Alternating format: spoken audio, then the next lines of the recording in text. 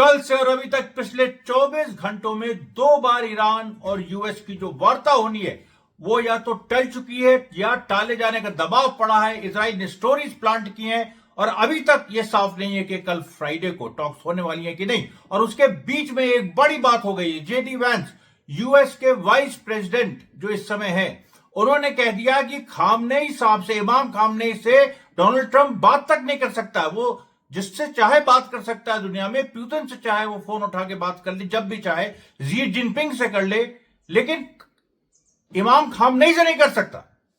और इस पे उसने आश्चर्य जताया। उसने कहा अगर ये बात हो जाए तो शायद कुछ हल निकले। अरे भाई ये बताओ, ईरान के प्रेसिडेंट पेजेशकियान है, इमाम खामनेई, सही बात है पॉलिटिकल लीडर भी एक तरह से है, लेकिन एक स्पिरिचुअल लीडर ज्यादा है। और इस्लाम में वैसे भी पॉलिटिक्स और स्पिरिचुअलिटी, उसका एक जो अथॉरिटीज होती है वो कई बार एक होती है। तो इस कल्चरल कॉन्टेक्स्ट को वो नहीं समझ रहे हैं। और एक तरह से ये जो पूरब के लोग, मैंने जब इस पे एक एक्स पे पोस्ट डाला तो काफी एक जो रिएक्शन आया मुस्लिम्स के अलावा भी, तो ऐसा लग रहा था कि पूरब के लोगों को अच्छा लग रहा है कि पूरब का कोई नेता, इमाम खामनेई, ट्रंप से बात तक नहीं कर रहा है। ट्रंप, उसको बताइए, दुनिया में जिसने, जो एक देश के प्रेसिडेंट को उठा लिया उसने, उससे ईरान के सुप्रीम लीडर बात नहीं कर रहे हैं। ये देखिए होता है, ये कल्चरल जो वेस्टर्न एरोगेंस है उसका ये जवाब है। ईस्ट की जो अपनी कल्चरल रिलीजियस जो एक सुपीरियोरिटी है, हम उसको कहेंगे, या सुपीरियोरिटी नहीं भी कहना चाहे तो उसकी जो अपनी एक अलग सत्ता है, ये उसका असर्शन हम नहीं बात करेंगे। तो ये देखिए, एक इसको कॉन्टेक्स्ट में आप देखिए, जिस कॉन्टेक्स्ट में एक बड़ी लड़ाई होने जा रही है। इसलिए मैं कहता हूं ईरान और यूएस में जो लड़ाई है वो पूरब और पश्चिम के बीच की लड़ाई है। अमरीश मिश्रा के इस कार्यक्रम में आपका स्वागत है। हम इस वीडियो को लाइक और सब्सक्राइब करिएगा, अंत तक देखिएगा और कमेंट करना मत भूलिएगा। अब देखिए, अब यहां पर जो 2 बातें हैं सबसे इंपॉर्टेंट ईरान और अमेरिका को लेकर, उसके बाद हम फिलिस्तीन की भी बात करेंगे। हम रोज कर रहे हैं, आज मैं वीडियो नहीं ला पाए, फिर वही बात आ जाती है, लेकिन मैं लाऊंगा जरूर। मैं हर बार, देखिए, ईरान का एक पे एक वीडियो, उसके रेवोल्यूशन पे हमने लाने की बात की थी, कई दिनों तक टला, लेकिन मैं ले आया। अभी भी मैं फिलिस्तीन पे वीडियो लाऊंगा क्योंकि बहुत ज्यादा प्रेशर है इस समय। आप तो जानते हैं एक दिन में 2-2 वीडियो ईरान पे जा रहे हैं। तो अभी देखिए जो पूरी परिस्थिति है ईरान की, अब वहां पर मामला जहां फंसा हुआ है। अच्छा, एक चीज और बढ़ी आई कि जेफरी एप्स्टीन के ईमेल में पूर्व प्रधानमंत्री ईरान के और लिबरल रूहानी का नाम आ गया। अब देखिए, मैं कह रहा था आपसे कि जो लिबरल हैं ईरान के, वो वेस्ट के किसी ना किसी प्रोजेक्ट से जुड़े, और रूहानी 2013 से 2021 तक प्रेसिडेंट थे। और 2017 का वो ईमेल है जेफरी एप्स्टीन और एक इरानियन, वो भी बहुत बड़ा आर्म्स का दलाल है, फाइटर जेट्स का दलाल है, अली रजा हदीदेई, ये उसका नाम है। उसके विजुअल भी आप देखिए, तो ये देखिए उसकी पिक्चर भी है अली रजा की, और एप्स्टीन का जो मेल है वो भी उसके भी आप एक स्क्रीनशॉट देखिए। अच्छा, अब यहां पर देखिए सवाल उठता है कि इस समय भी यही चल रहा है। ईरान में बहुत सारे जो लिबरल्स हैं नजरबंद हैं। रूहानी के बारे में मैंने ही आपको सबसे पहले बताया था कि वो भी नजरबंद हो सकते हैं। अभी क्लैरिटी नहीं है कि वो इस वक्त नजरबंद है कि नहीं, लेकिन वो स्क्रूटनी में है क्योंकि उनके कई बयान इधर आए हैं। और भी बहुत सारे जो लिबरल्स हैं ईरान के, उनके भी बयान आए हैं जिसमें उन्होंने एक तरह से जो ईरान की सत्ता है इस समय, उसको उन्होंने उसकी आलोचना की है। लेकिन इसके खिलाफ ये जो लिबरल्स हैं ईरान में, और कहीं ना कहीं इनका प्रोटेस्ट में भी रोल होगा, बल्कि ईरान के पार्लियामेंट में यह भी मांग उठी है कि रूहानी को तो एग्जीक्यूट कर देना चाहिए। अब ऐसी मांग उठी ईरान के पार्लियामेंट में। अभी देखिए, जो एक महत्वपूर्ण बात जो उभर के सामने आई है, देखिए एक है सालार विलायत मदार। अब ये नेशनल सिक्योरिटी कमीशन जो इरानियन पार्लियामेंट का है उसके मेंबर है, और इन्होंने आज कहा कि डोनाल्ड ट्रंप ने एक मैसेज भेजा सऊदी अरेबिया और तमाम देशों को, और उस मैसेज में डोनाल्ड ट्रंप ने कहा कि हम ये लड़ाई हार चुके हैं। जी, ये ईरान के पार्लियामेंट में कहा जिम्मेदार लोगों ने, हम ये लड़ाई हार चुके हैं। और आप एक और विजुअल देखिए, इस विजुअल में एक अमेरिका का एक जो जहाज है वो एक ईरान के जहाज के सामने उसने एक आर ग्लास बनाया, यानी ईरान के पास समय कम है, और उसके जवाब में ईरान के एक जहाज ने जुल्फिकार की तलवार बनाई। अरे मतलब जुल्फिकार की तलवार वर्सेस अमेरिका हो गया ये। सीधे सीधे हवा में निशाने बनाए जा रहे हैं, आर ग्लास और जुल्फिकार की तलवार। समय हमारा कम नहीं हुआ, ईरान ये कह रहा है, हम तो तलवार से लेकर जुल्फिकार की तलवार से लड़ने को तैयार है। और आप जानते हैं जो आज उसके बारे में भी हमारे पास नए फैक्ट्स हैं कि जो सैटेलाइट्स कुछ और लॉन्च हुए हैं, कुछ बैलिस्टिक मिसाइल्स के बारे में और कुछ खबरें हैं। तो अभी आप देखिए जो एक दूसरे पार्लियामेंटेरियन है असरुल्ला पेज मनफार, और ये मशहद को रिप्रेजेंट करते हैं। और इन्होंने कहा कि प्रेसिडेंट रूहानी को ने जिस तरह से वेस्ट को अपीस किया उसके खिलाफ उनके खिलाफ एक्शन होना चाहिए।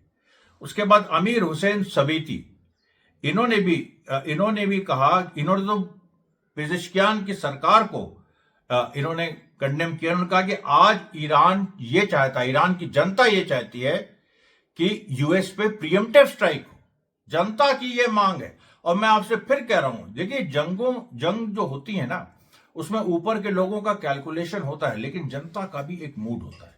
और इस तरीके की जो जंग होती है जिसमें एक देश को आप घेर रहे हैं और उसको अधिकार है प्रीएम्प्टिव स्ट्राइक करने का, आप ही के घर के सामने इतने गुंडे आ जाएं तो आपको अधिकार है कि आप प्रिवेंट करने के लिए कुछ करें। तो ईरान प्रीएम्प्टिव स्ट्राइक करे, ये देखिए उसके ईरान के पार्लियामेंट में बात हो रही है, और ये हो रही है कि यहां की जनता की ऐसी मांग है। उसके बाद देखिए जो सैटेलाइट कैपेबिलिटीज जो ईरान ने अपनी बढ़ाई हैं, वो सलमाज और शेनर, ये दो जो उनकी नई जो सैटेलाइट्स हैं। और ये भी देखिए जो कासिम सुलेमानी जो सैटेलाइट कॉन्स्टेलेशन है उसका ये एक्सटेंशन है। और इसमें देखिए तस्नीम न्यूज का ये पूरा हवाला है। और इसमें देखिए जो हसन सालरिया है जो उनके साइंटिस्ट हैं ईरान के, उन्होंने कहा कि ये डेटा ट्रांसमिशन, कम्युनिकेशन, जैमिंग, इसमें ये सैटेलाइट बहुत बड़ा रोल प्ले करेंगे। अब आप देखिए, अब यहां पर यह बात साफ हो गई है कि ईरान के पास रशिया और चाइना का तो सपोर्ट है ही सैटेलाइट में, अपनी भी सैटेलाइट्स, और जो लंबे समय से मैं बताता रहा हूं, लेकिन क्या है ना कि थोड़ा सा जो टेक्निकल चीजें हैं, लोग ये जानना चाहते हैं कि उनका आज की परिस्थितियों से क्या रिश्ता है। तो मैं बता रहा हूं आपको कि जो अभी मैंने शायद 3 या 4 दिन पहले कहा था कि कासिम सुलेमानी पूरा एक सैटेलाइट कॉन्स्टेलेशन लॉन्च हुआ है। और ये देखिए आज खबर आ गई कि उसका युद्ध में क्या उसका इस्तेमाल होगा, सीधी बात है। उसके बाद देखिए मेजर जनरल अब्दुल रहीम मूसवी, अब मूसवी जो है ये चीफ ऑफ स्टाफ है इरानियन आर्म्ड फोर्सेस के। इनको बनाया गया था 12 दिन के युद्ध के समय, जब इनके प्रीडिसेसर्स और बाकी बड़े इरानियन अफसर मार दिए गए थे। और इन्होंने कल एक मिसाइल फैसिलिटी विजिट की जिसमें खुर्रम शहर 4 अनवील की जानी थी, दुनिया को दिखाई जाने वाली थी, लेकिन फिर वो रोक दी गई युद्ध को देखते हुए। और इनके साथ माजिद मूसवी थे जो आईआरजीसी के एरोस्पेस के फोर्स है। आईआरजीसी एक अकेली सैन्य इकाई ऐसी दुनिया की है जिसकी अपनी एरोस्पेस इकाई है। मतलब एयरफोर्स अलग है, एरोस्पेस मतलब जो स्पेसिफिकली मिसाइल्स में डील करती है। तो आप सोच सकते हैं कि क्योंकि ईरान दुनिया में मशहूर है कि मिसाइल्स में सबसे बड़ी पावर इस समय ईरान है, और उसकी जो मिसाइल्स हैं, उसके जो ड्रोन्स हैं, उनको जब कंबाइन किया जाए तो फिर किसी देश का किसी भी देश की ताकत उतनी नहीं पहुंचती। तो ये जो नई खुर्रम शहर 4 मिसाइल हैं, जिनके बारे में ये है कि ये 10 से 15 हजार किलोमीटर की रफ्तार से वार कर सकती हैं और ये पेलोड बड़ा कैरी कर सकती हैं, और वही जो बात आ रही है, व्हाइट हाउस में सीधे ये मार कर सकती हैं, इनकी ये कैपेबिलिटी है। ये देखिए पूरी सिचुएशन ऐसी बन रही है। उसके बाद देखिए आप जो ईरान की जो आर्मी स्पोक्स पर्सन है, उन्होंने कहा कि हमारी सेना तैयार है किसी भी तरीके के का जवाब देने के लिए, और अगर ट्रंप ने युद्ध चुना तो फिर ये जो गल्फ ऑफ ओमान है इससे निकलना अमेरिका को मुश्किल हो जाएगा। अब सोचिए, मतलब उनका ये कहना था कि हम भागने भी नहीं देंगे। फिर आप देखिए, आज एक ईरान का कार्गो, बहुत बड़ा कार्गो प्लेन चाइना से फिर से लौटा और ये अननोन मिलिट्री इक्विपमेंट लिए हुए था। अब अननोन मिलिट्री इक्विपमेंट क्या हो सकता है, आप सोचिए, क्योंकि देखिए टैक्टिकल न्यूक्लियर वेपन्स ईरान के पास हैं, ऐसा इजराइल खुद कह चुका है। और अभी जो खबर आ रही है वो ये भी आ रही है कि कुछ जो प्रीएम्प्टिव स्ट्राइक की बात हो रही है ईरान की तरफ से, खबरें ये आ रही हैं कि कुछ ना कुछ इसमें सुप्रीम लीडरशिप ने कुछ तय किया है, और हो सकता है कि जो चाइना से जो मिलिट्री इक्विपमेंट आया है इसमें बहुत सारी और चीजें हो सकती हैं। सोडियम परकुलेट तो चाइना लगातार दे ही रहा है, जो कि मिसाइल्स में यूज होता है, लेकिन उसमें कुछ न्यूक्लियर वेपन से संबंधित भी कोई चीज हो सकती है। उसके बाद यूरोपियन लीडर्स को आज ईरान के जो फाइनेंस मिनिस्टर हैं अब्बास अराक्ची, उन्होंने हमला किया। उन्होंने जो जर्मनी के चांसलर है मर्ज, जिन्होंने ईरान विरोधी बात की थी, उन्होंने कहा कि जर्मनी एक समय समझदारी की बात करता था, लेकिन आज की तारीख में बिल्कुल आइसोलेटेड है, और जैसे पूरा यूरोप नीचे जा रहा है वैसे ही जर्मनी भी नीचे जा रहा है। अच्छा, इसमें एक चीज आपको और बता दें कि जो शांति वार्ता की बात है, देखिए आखिरी जो खबर आई है वो यही आई कि शांति वार्ता, इजराइल ने पूरी खबर प्लांट की कि वो कैंसिल हो गई है, ये हो गई है, लेकिन अभी भी एक संभावना है कि कल हो जाए। लेकिन जब तक वो होती नहीं है तब तक उसके बारे में कहने से कोई फायदा नहीं। रात को दूसरी खबर आ सकती है, और हम लोग का तो काम है भाई हर तरह की खबर देना। लेकिन अभी जो आखिरी खबर है कि अमेरिका ने ये कहा है कि हम ओमान में बातचीत के लिए तैयार हैं, यानी जो ईरान स्थान परिवर्तित करना चाह रहा था अंकारा से ओमान, उसके लिए अमेरिका मान गया है। उसके बाद देखिए एक बहुत महत्वपूर्ण खबर इजराइल से आई है, और इजरायली हिब्रू न्यूज़पेपर से, और वो खबर यह है कि उसने कहा है कि इजराइल पैलेस्टीनियन रेजिस्टेंस से जंग हार गया है। अब आप बताइए, इस तरीके का एम्फेटिक स्टेटमेंट आपने कहां सुना? ये इजराइल के चैनल 12 की रिपोर्ट है। उसमें लिखा, Israel has currently given up on achieving victory in Gaza and is not attacking the growing strength of Hamas and Islamic जिहाद। अब बताओ, ये कह रहे हैं चैनल 12 हिब्रू चैनल कि इजराइल ने अब छोड़ दिया है गाजा में जीत के सपने, और जो पैलेस्टीनियन रेजिस्टेंस है उसकी ताकत बढ़ रही है। फिर ये आगे कहते हैं कि Hamas Islamic Jihad they have return to digging more tunnels, manufacturing explosive devices, missiles and rockets and is filling its weapon depots. Israel only bombs when there is a so-called opportunity, और एक कुछ मौका मिलता है तो वो bomb करते, जैसे अभी किया। आज भी इजराइल ने बॉम्ब किया, और पिछले 24 घंटे में करीब 27 गाजा के सिविलियंस मारे जा चुके हैं, शहीद हो चुके हैं, और ये बढ़ती जा रही है संख्या। तो इसलिए अब देखिए यही बात है, इजराइल फिर से सिविलियंस की किलिंग पे कहीं ना कहीं आ रहा है। और फिर वही बात, और मैं आपसे लगातार कह रहा हूं कि गाजा में कभी भी एक कन्फ्रंटेशन फिर से शुरू हो सकता है। खुद अब हिब्रू चैनल्स कह रहे हैं, और फिर हिब्रू चैनल, इसी चैनल 12 ने कहा कि अगर पैलेस्टीनियन रेजिस्टेंस मजबूत हो रहा है तो फिर उसका क्या हुआ? वो जो एब्सोल्यूट विक्ट्री प्लान, एक जो एब्सोल्यूट विक्ट्री की बात जो इजराइल ने, नेतन्याहू ने कही थी, उसका क्या हुआ? ये देखिए बहुत बड़ा सवाल है।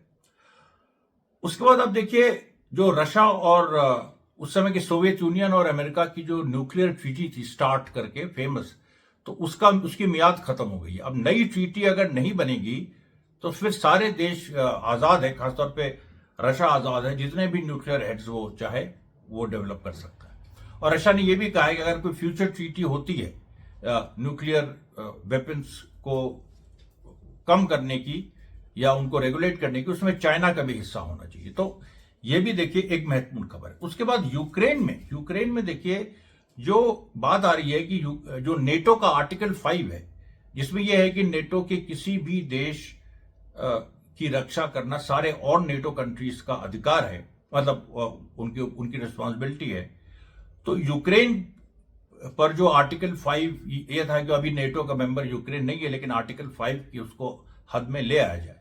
इसको लेके पोलैंड का विरोध आ गया है, इसको लेके तमाम और यूरोपियन जो ऑलरेडी नेटो के मेंबर्स हैं उनका विरोध आ गया है कि ऐसा नहीं होना चाहिए। और ये इस लिहाज से आया है कि यूक्रेन में जो बढ़ता हुआ एक जो नुकसान जेलेंस्की को हो रहा है, और जेलेंस्की इस समय एक बदहवास स्थिति में है, इधर से उधर जाएं, उधर से इधर जाएं, तो वो बिल्कुल एक बदहवास एक सिचुएशन में पहुंच गया है।